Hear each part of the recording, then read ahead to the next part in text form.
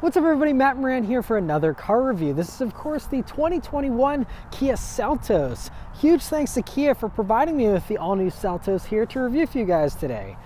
So yes, this is a 2021 model year vehicle. A little bit of an early start, but it's a very impressive looking vehicle. I do have to give it that. I think, it's really just an attractive design. They have these really cool elements that you haven't really seen in other cars so far. I mean, you have like these LED headlamps, which have these accent lights, and this is a lower trim version, so it doesn't have the full LED headlamps. This one actually has halogens, even though this is a higher S trim. But so you have this LED light that you do get that runs all the way to almost the middle of the grille there. It almost connects, but not quite. Not sure why they couldn't do that last a couple inches there, but anyway, it's a very, very cool look. And I especially also like, a few other details you see here, like you have these wheels that are 18 inches and kind of look like the Stinger GT wheels in my opinion. I kind of like that.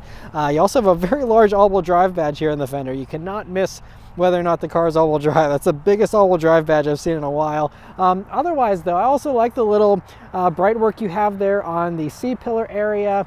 And going out back, you have some attractive tail lamps there. It also has a nice rear bumper there that has some nice finishers on it and things like that. And overall, this actually is a little bit bigger than the Hyundai Kona, even though it's based on the same platform as the Kona and the Kia Soul. This is actually 1.1 inches longer for its wheelbase. It's also a little taller, just a little bit bigger than the Kona. And so personally, I do like the back end of the Seltos here a little bit better since it's a little less squished and a little more normal looking. All right, so let's start up and go for a drive. The 2021 Seltos here has the newer Kia key, which is a really cool key. It's got kind of the same button setup as the Stinger with this like trigger switch here for the lock button on the top. And this is actually a switchblade key as well. Usually you don't get that, but actually on the S version here, it is not keyless access, keyless entry, or push button start. That is actually only reserved for the EX trim, which is the non-turbo highest trim, and then the SX trim, which is the highest version of the turbo. This S trim is pretty much like a base model Seltos for the most part, aside from having the turbo engine and the all-wheel drive. But so that means you don't have the keyless access, which is kind of unfortunate. This is the first press car I've had in a couple of years, I think, where I actually had to twist the key. So anyway, you just slip the key into the slot and it starts right up. Also, if you're curious to hear about the interior here in the Seltos, my wife and I actually did a separate interior review on the Seltos, and I will link that above. You can go check that out if you want to hear all our thoughts on the interior of the Seltos. This is a more stripped out S trim of the Seltos, so it's a more basic interior. So it's fairly simple, but it all works and it's pretty straightforward. All right, so setting off here in the 2021 Kia Seltos. So the first thing that I noticed, now these turbocharged versions get the 7-speed dual clutch automatic.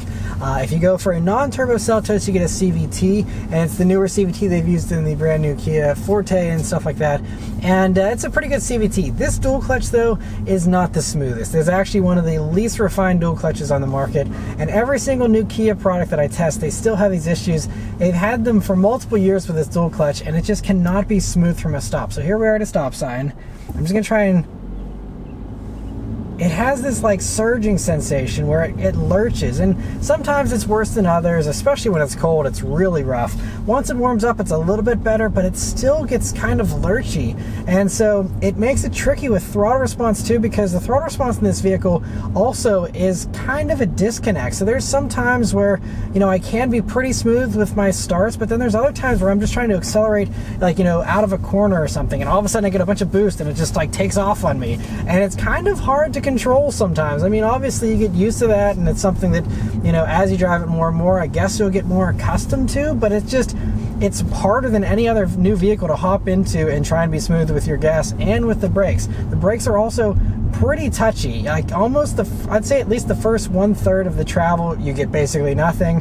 Then you start getting some grab, but it's also really grabby. And over my week of driving this vehicle, it was still just tricky for me to be smooth with the brakes. Now I got better with it, but it's still just like, it's like that last little bit where once you get to really low speeds, it wants to grab and bite down really hard, and it's not great. It has more of a learning curve than any other vehicle as far as this kind of stuff goes. It's really bizarre. Other things though that are very good, visibility is spectacular. You have a great, pretty nice and thin A-pillar. You do have this little blockage at the A-pillar, with this mirror and stuff, so it's not great, but you have a pretty high seating position, and the windshield's nice and large, so you can see everything really well, so not really an issue there. View out of the sides is pretty good, and view out of the back is also really good in typical SUV fashion. But I'm gonna go ahead and put it into the sport driving mode, and let's turn down onto this back road here and see how it does. Here we go. Pretty responsive. And then that turbo motor really takes off and pulls very strongly. So the Seltos S here with the all-wheel drive gets the turbocharged 1.6 liter 4-cylinder engine. It does 175 horsepower, 195 pound-feet of torque, and 0 to 60 time hasn't been quoted by the manufacturer, but it's going to be somewhere pretty close to the Kona, which is about a 6.6, 6.7 seconds 0 to 60, something in that range. And that sounds very accurate to this. It could even be like a 6.5 seconds 0 to 60 with how strong it pulls. Also, while we're in sport mode here, you'll see that it actually holds the RPMs a little bit higher here. It holds it in a lower gear, so you have more response. And it's pretty good to respond, and you do have this sport mode you can put the transmission into to put that into an even sportier setting. And then there's also manual shifting here, which is pretty responsive, but you don't have paddle shifters, so it's just something you'd have to keep playing with the gear shifter here. And we'll do some upshifts. It's pretty responsive, but the fact that you have to go down to the stick here, I guess it's like a manual, but personally I think just leaving it in automatic, letting it do its own thing, especially in those driving modes, it's plenty responsive and totally good. Other things here though, so we're on a little bit of a rougher road now, and there's some road noise that comes through here, but it's not super bad. It's certainly, appropriate for this class of vehicle, and pretty competitive with everything else in this segment. Whenever you are on a smoother road, it is pretty refined and has a pretty smooth ride as well. You have an independent rear suspension here on all the all-wheel drive versions. The front-wheel drive versions have a torsion beam rear. But anyway, we're kind of at some corners here, and let's see how the Seltos handles them. So it's pretty flat, honestly. It does a pretty good job. I think, it's been a couple years since I was in the Kona Turbo, but I think that felt a tiny bit flatter than this does. This is also, like I said, it's got a 1.1 inch longer wheelbase, and it is also a pretty a decent bit larger than what you get with like a Kia Soul. Kia Soul, I reviewed one of those with a turbocharged motor, and those are almost 7 inches shorter. So you have a little bit of a bigger vehicle. It's not super heavy or anything. These only weigh about 3,300 pounds, but it still is a little bit of a higher seating position, I think, than the Kona. A little bit of a taller vehicle than the Kona. I think all that contributes to making this feel like it's a little bit more leany than the Kona is, but it still handles itself pretty well. We're just on these standard 18-inch wheels, standard all-season tires. Nothing too sporty or anything, even though this is the turbocharged version. It doesn't seem to have any unique chassis tuning or anything like that to give it any kind of sportier ride, and that's totally fine because it's totally good handling, and it still gives you a nice balance of good ride comfort as well. So overall, I think it's pretty good as far as the handling stuff goes. We can go back into the normal driving mode here and let the RPMs drop, and the vehicle kind of relaxes a little bit. And other things here to note about the Seltos: steering weight is pretty appropriate for this class of vehicle. It's not the lightest, it's definitely not the heaviest, so I'd say it's on the lighter side, but feels pretty good. Nothing super amazing or sports car like, but feels good and accurate. And I'm just happy that it's not overly heavy, because some others do try and go really heavy with their steering weights in this class, like the Mazda CX-30, and I think it's kind of overkill sometimes, since it is just a normal family crossover type vehicle. But yeah, otherwise, even one of the great things about this motor is it does have good turbo punch, and so the transmission does like to step in and help you out there. There is a little bit of a higher threshold for the turbo, so it can feel laggy at times, but it didn't feel as laggy in this as it actually did sometimes in the Kia Forte GT. But now we've chilled out and we're on a main road here. It's a lot smoother, and it's a very refined vehicle, and for normal daily driving, commuting type stuff, people are going to be very, very happy with the way this drives. It's very smooth, very relaxed, and just a good ride. They do such a good job with Kia with these newer vehicles, I think, of making them feel pretty nice. The one thing though that I'm not crazy about is nighttime visibility here in the Seltos, because this still has halogen headlamps, and I don't think you even get LEDs unless you go up to either the EX or that SX turbo trim. Again, those are the only two trims that get the nice stuff here in the Seltos. And so this vehicle, like as tested, is about almost like $26,500. to not have, you know, LED headlamps when a lot of other competitors offer those as standard, that's a little bit of a sore spot in my opinion. So that's one thing that, you know, isn't great. Another thing that's kind of odd is the safety tech you get here with this S Turbo. So it does give you the blind spot monitoring and the, you know, automatic emergency braking and those types of things. And strangely, it actually gives me the highway driving assist function, which is something that I also tested in the Hyundai Sonata. And so that actually does a lot of the steering on the highway for you. Now, you still need to have your hands on the wheel and everything, of course, but it has that, but it does not have adaptive cruise control. That is still reserved for that SX trim or the EX trim.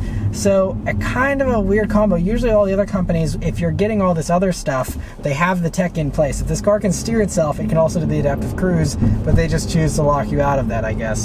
So kind of a strange setup there for that.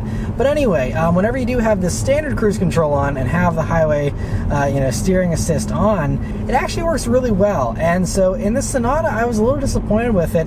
And around some highway S-bends we have here in southwestern Pennsylvania, the Sonata actually failed to stay in its lane with that system on. But in here in the Seltos, I did those same curves, same kind of speeds, and this actually handled it much better and was a lot more aggressive with its steering and made sure that it stayed within the lane. Now, there were a couple of times where it got pretty close to the line where I could tell that it was kind of reaching its limits, but it never actually went to the other lane like the Sonata did. So they have the same type of technology, so I'm not sure why it was better in here than it was in the Sonata, but that's just my experience. Is it is very good here in the Seltos. And so it's very cool that, you know, they have one of the more advanced systems here whenever it does work right, like in the Seltos here. And so that's pretty cool tech, but I think it's just kind of feels incomplete without the adaptive cruise control. So I would recommend going up to one of those higher trims for that, and for the better headlights, and for the keyless access, all that kind of stuff. And so, you know, that's one of the other things to mention here is the pricing and the fuel economy. First, I'll briefly mention the fuel economy. So I averaged 26.3 mpg here in my now 75 miles of driving that I've done, and 26.3 is on par. I think I was getting, you know, somewhere around that in the Kona as well. So these are rated at 25 in the city, 30 miles per gallon on the highway, and 27 combined. And so, you know, I'm doing a little bit better than that city rating, so that is pretty good for a turbocharged engine. I did do a good mix of city and highway driving, although I definitely did more city than highway. So I'm actually pretty content with that fuel economy. I think it's pretty good. Like I said, falls in line with the Kona and stuff like that. And compared to other competitors in this segment, that's pretty close to what you get with most of those as well. So no complaints as far as fuel economy. And the last thing though is the pricing, which I do have a little bit of an issue with. So like I said, this S Turbo, it's nice that they offer a bare bones version of the more powerful, you know, turbo version of the Seltos for those who want the power and don't care about the luxuries. And there are certainly those buyers out there that do like that kind of stuff. It just comes down to what your priorities are, because, you know, personally, if you're into the turbocharged performance and stuff, I like the Forte GT better, and those are much cheaper. You can get one of those fully loaded with a dual clutch and heated and cooled seats, leather, Harman Kardon stereo, all that kind of stuff. You can get one of those for $24,500, and this being $2,000 more for the base bare bones version and getting a comparably equipped SX trim of the Seltos here, you're going to be about $29,000. So you are almost $5,000 more expensive for this over the Forte GT with the same engine. The Forte actually has more power, but it's the same engine regardless. It's just a lower horsepower number here in the Seltos. But, you know, so you have all that stuff in the Forte GT. So this is really, you know, for someone who wants the all-wheel drive, because that's what the Forte GT doesn't offer. You get all-wheel drive, you get obviously the SUV shape and the extra ground clearance, the higher seating position, and the hatchback instead of, you know, the sedan you get with the Forte GT. So if you must have all-wheel drive or you really want an SUV, I can see this as kind of being, you know, a good compromise for those who would like a Forte GT, but it just doesn't fit with what they're looking for. And for that, this is good. It's just you're still paying that SUV tax. And so, you know, if you're okay paying that, I think it is, you know, pretty comparably priced to a lot of other vehicles out there. And I think honestly, like the Hyundai Kona is about the same pricing, and you know, is about the same as far as how much you pay for the base turbo trim and how much you pay for the fully loaded turbo trim. And this gives you a little bit more space than you get in the Kona. And so, you know, I think from that kind of standpoint, it's a pretty good value, and it's just great that they offer a more powerful turbo engine, because a lot of the competitors don't offer this much power. Even some of the more powerful stuff like the Mazda CX-30, those are a little more expensive, and those don't have the turbo either. It's just a naturally aspirated engine. But then you also have stuff like the Toyota CHR and the Honda HR-V, and those don't give you the turbo engines either, and it's a lot less power and stuff like that. So this is kind of a nice middle ground, because this isn't quite up to the compact SUV size and stuff, so it doesn't really compete with the RAV4 or the CR-V or anything. It's still smaller than those, but I think it's I think it's well priced. And then you add in Kia's 10-year 100,000 mile warranty that they have, and that really makes this a solid value for those who do keep their cars a long time. Like I said, this dual clutch is the only thing that really irks me about the driving experience. That, and like I said, the weird throttle and brake response. So there are a lot of things, and I think the Kona actually does some of those things better. Now, the dual clutch is something that the Kona shares, and so I'm not in love with that. And so I don't think any crossover in this segment is perfect. There's not one that I love, I think, more than the others. I think the Mazda CX-3 is really good, but that also has a good less power than this does. And also the CX-3 has a weird interior layout and stuff. So I think this is one of my favorites, and I probably would take this over a Kona just because you have a little bit more space and the back seat's a little bit more usable and stuff like that. So it just comes down to what you're looking for. But overall, there's a lot to like here in the Seltos, and I'm sure it will do very well for Kia in this exploding segment of everyone not being able to get enough crossovers. I think this is another great competitor to add to the fray. So anyway, let me know your thoughts on the Seltos in the comments below. Huge thanks to Kia for providing me with the Seltos to review for you guys today, and thank you guys very much for watching. We'll see you on the next one. Take care.